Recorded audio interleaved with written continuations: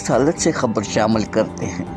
Doctor Arshad جمال کی report کے مطابق آزاد امیدوار پرویز سلطان جنرل کونسلر ویلر کونسل میرا سرائے نے گورنمنٹ پولی ٹیکنیکل کالج گراؤنڈ میں کرکٹ کوارٹر فائنل کا میچ دیکھا اور میچ کے مہمان خصوصی پرویز سلطان نے کرکٹ میچ دیکھا اور کھلاڑیوں کی تعارفی مصافحہ بھی کیا۔ کھلاڑیوں کی حوصلہ افزائی کرتے ہوئے کہا، جہاں کھیل کے میدان آباد ہوتے ہیں وہاں کی اسپتالیں ویران ہو جاتی ہیں۔